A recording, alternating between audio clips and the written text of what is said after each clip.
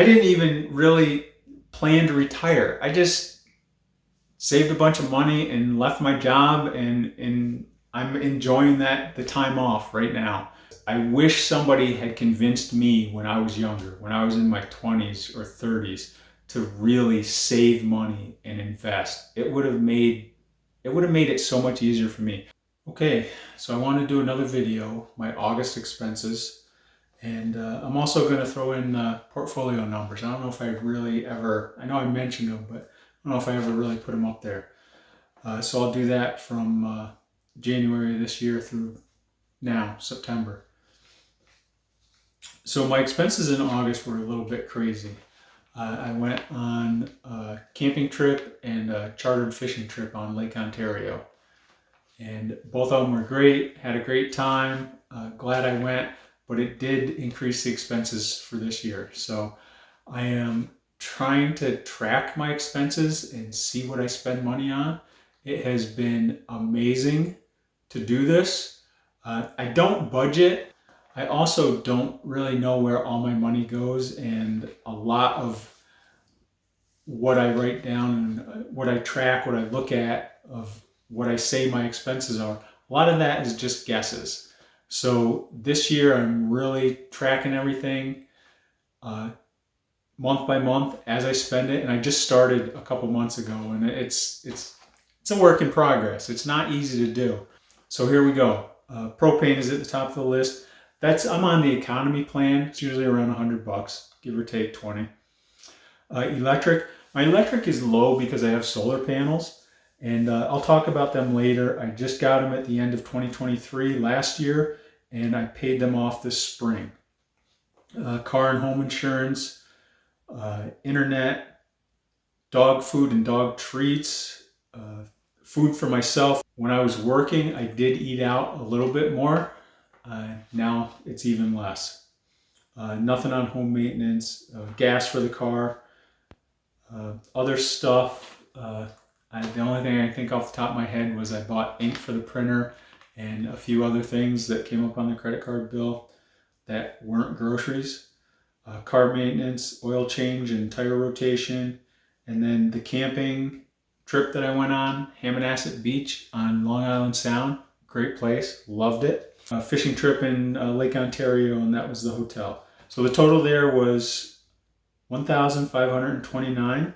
The cash I spent was very high this month, $1,240, and that is because $500 was a gift. Over $500 for the fishing trip. I paid for that mostly in cash. I put $50 for camping. Coffee was about $20. The $168 is for boarding the dogs.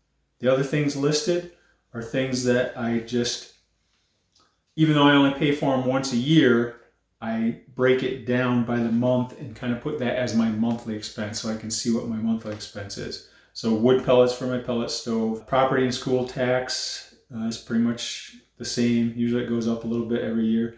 The car payment, again, $1,000. It's not really a $1,000 car payment. I'm paying more on it than it is. I think it's a little over $600. The total for everything that I spent in August was $4,392, which is, yes, quite a bit more than I usually spend in a month. But I'm looking at my monthly expenses, and so far it's a little under $28,000 with an average of $3,420. So if I project that out to the end of the year, I'm looking at about $42,000 a year with the $1,000 car payment. So after I pay off the car, I'll have a car that's 2 years old and paid off with, I don't know, by then maybe 25, 30,000 miles on it. So I think I'll be sitting pretty good with the car and have a budget of about $30,000 a year, which equals what, $2,500 a month. Definitely not something I can afford with a retirement fund portfolio of $500,000. So unless I can drastically reduce my expenses, it looks like a part-time job is in my future, or possibly if I found something that I liked and I wanted to go back to full time, I'd go back full time and continue saving more money. At part time, I'd look at just going back part time and paying my living expenses and just not touching my portfolio at all and letting that grow over time. All right, also wanted to talk a little bit about my portfolio and what's going on with that. I'm just going to tell you where I started in January, and then the month that I quit work, and then the few months since then. On January 1st, I had a total of $498,000. 324 of that was in my work IRA, and 174 was in my personal brokerage account. I didn't count what's in my checking account. So on January 1st, I thought I was going to continue working. I had no idea that I was going to be retiring or leaving my job in June. That was just kind of, you know what? It wasn't even I was fed up with my job. It was like I was just unhappy, depressed, miserable maybe. I couldn't sleep. I felt my health was declining. And I honestly left because I just felt like eventually my performance was going to decline, and I didn't want to live like that. I didn't want to be in a job that my heart wasn't in, that I didn't like, and I didn't need it. I mean, I need to work. I still need to make more money. I'm not financially independent, but I'm glad that I had saved this money so I was able to walk away when I did. It really has made a huge difference in my life, and I'm so glad I was able to do it. All right, enough about that. So May was when I put in my resignation and I stopped contributing to my 403B at work and into my own personal brokerage account. And you'll see in June that my checking account started going up. So in May, my work had grown a little bit. I had $346,000, and my brokerage account had went down a little bit, $170,000. So that is because I took $15,000 out of my personal brokerage account to pay off my solar panels that I just had installed in October the year before, 2023. But in those 4 months, I had put in $4,000 in my personal brokerage account and $9,000 in my work account, my 403B. So I invested a total of $13,000 and I took out $15,000. June, work went up and brokerage account went up, and the total went up from $516 to $539. July, checking account jumped quite a bit. That's because I had 28 days of vacation that I got paid out for. My total is now up to $554,000. Now August 1st, down a few thousand in the checking account. Again, checking account is not part of the total. Work 403B, 380, and brokerage account 184 for a total of 564. September, I just looked at this yesterday and my checking account is down to 7,000.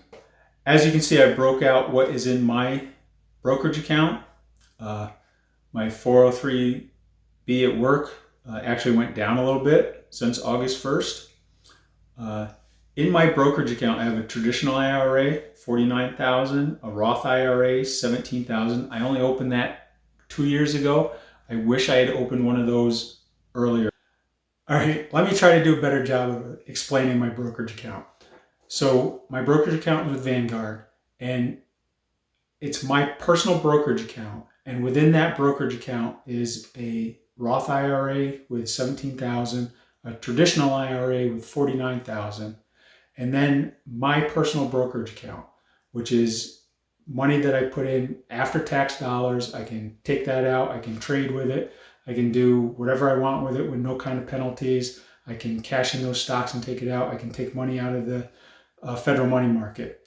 The federal money market is just a place to park cash. It's kind of like a savings account. It is a stock. Technically you could lose money on it, but it is meant to be very stable and a place for you to park cash at to either invest it or to take it out. For this year, from January 1st till now, I've contributed $13,000 to my portfolio. I've taken out $15,000 for a net negative of $2,000. And I still went from $498,000 to $553,000, which means I've had a net increase of $57,000. That's how much my money has made for me.